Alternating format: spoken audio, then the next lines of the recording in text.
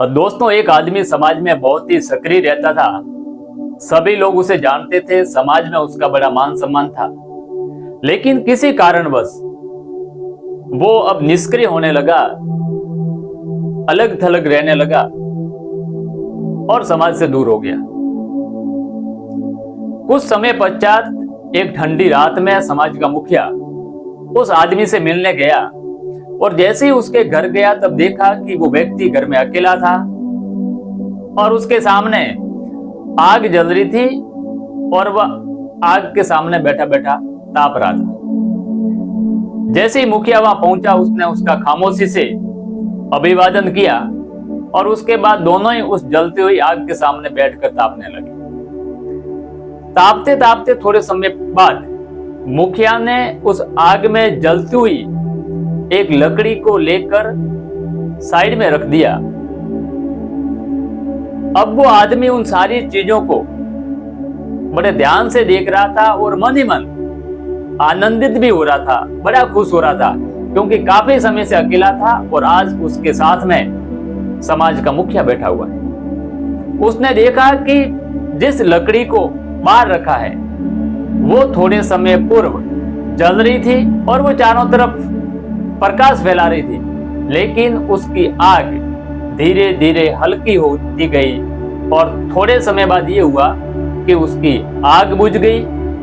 उसमें जो तपन थी वो धीरे धीरे चली गई और बस उसके बाद एक मर्द और काले लकड़ी के टुकड़े से ज्यादा वह कुछ नहीं थी। उसके बाद मुखिया ने, उस आदमी ने थोड़ी हल्की फुल्की बातें की और बातें करने के बाद मुखिया ने पुनः उस मर्द पड़ी हुई लकड़ी को उठाया और पुनः उस जलती हुई लकड़ियों के बीच में रख दिया और पुनः वो लकड़ी जलने लगी, प्रकाश फैलाने लगी और उसमें पुनः वही तपन थी जो पहले थी।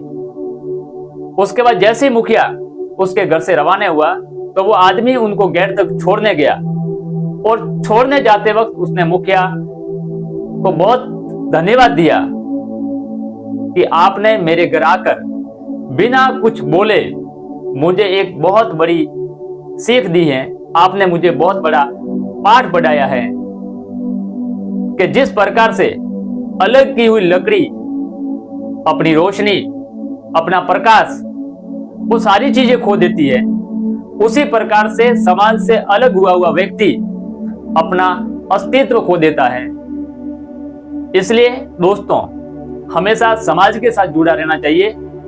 जिस प्रकार से वो व्यक्ति पहले सक्रिय था, बाद में अलग हो गया, उसका कारण कुछ भी हो सकता है और आपको भी यदि ऐसा कुछ लग रहा है और इस वजह से आप समाज से अलग थलग रहने लगे हैं, तो उससे समाज का नुकसान हो न हो, आप अपना स्वयं का भी नुकसान करेंगे। आप उस लकड़ी की तरह अपना प्रकाश, अपनी तपन को खो देंगे।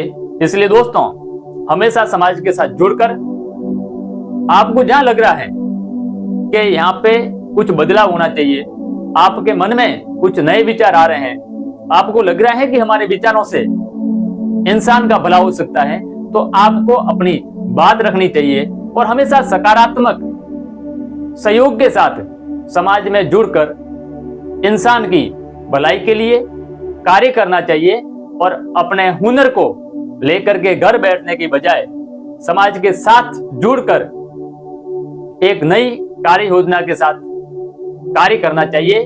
तभी आपकी व समाज की एक उज्जवल पहचान बनेगी।